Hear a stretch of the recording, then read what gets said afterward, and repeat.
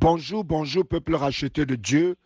Que le Seigneur vous bénisse ce matin, que le Seigneur vous accompagne dans toutes vos activités, que sa lumière luise sur votre sentier. Alors je vous souhaite de passer une excellente journée dans la paix de notre Seigneur Jésus-Christ. Ce matin, je viens avec un message de la part du Seigneur, un message que j'ai intitulé « Pourquoi ne recevons-nous pas de miracles ?» Pourquoi ne recevons-nous pas de miracles? Certainement, c'est une question d'actualité. C'est une question que tout le monde a l'habitude de se poser. Et parfois, on a peur de trouver les véritables réponses parce qu'on ne sait pas exactement de quoi il s'agit. Bien-aimés, je voudrais nous dire ce matin, notre Dieu est toujours prêt à accomplir des miracles. Parce que la parole de Dieu déclare que tout ce que nous lui demandons, il y a de cela 2000 ans, il a accompli une œuvre parfaite à la croix pour que nous puissions les recevoir. Est-ce que tu es malade ce matin? Est-ce que tu traverses une situation qui t'oppresse? La parole de Dieu déclare qu'il y a de cela 2000 ans, par ses meurtrissures, tu as été guéri.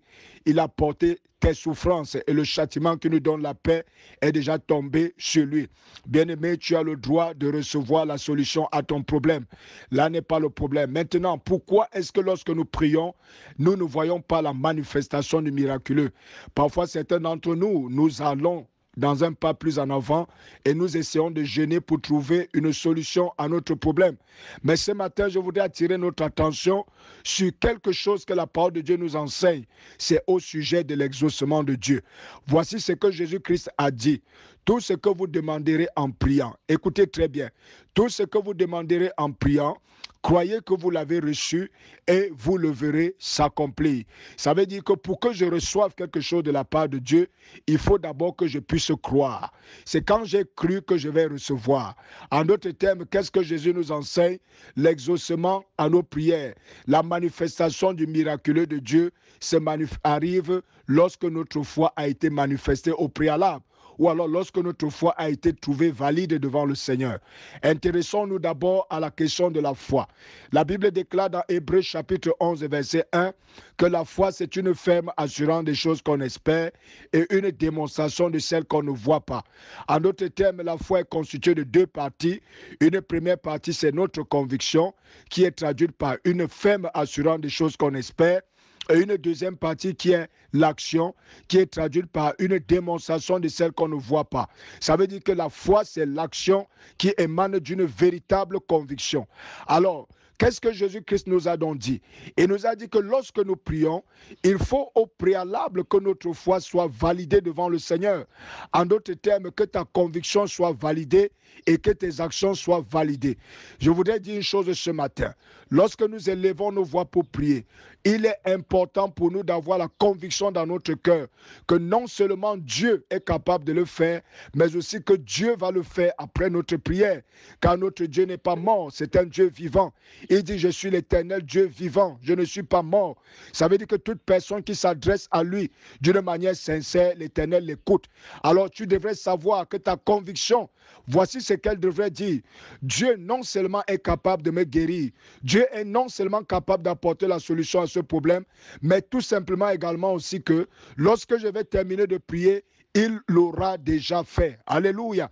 Bien-aimé, lorsque tu le crois, c'est une véritable conviction. C'est une conviction qui émane de la parole de Jésus. Il a dit que crois que Dieu l'a fait. En d'autres termes, crois qu'il est capable de le faire au moment où tu pries. Et après avoir prié, crois qu'il l'a déjà fait. Et maintenant, si tu crois qu'il a déjà fait, cela va donc se traduire sur tes actions. Quelles sont les actions que tu poseras? Ces actions ne seront plus liées à ce que tu vois. Ces actions ne doivent plus être liées à ce que tu entends, mais ces actions doivent être liées à ta conviction intérieure.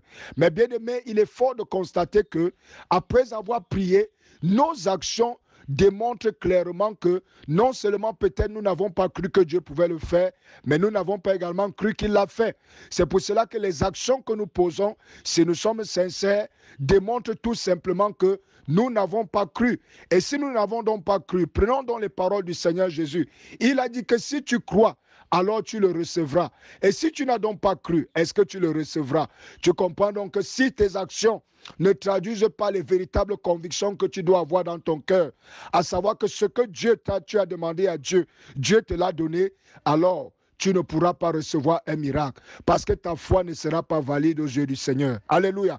Donc, la foi ici, ce n'est pas simplement une croyance intérieure, mais la foi, c'est un ensemble constitué de ce que nous croyons, accompagné d'une action. Et lorsque cette action est donc valide devant le Seigneur, qu'est-ce qui va se produire? Nous allons voir le miracle arriver.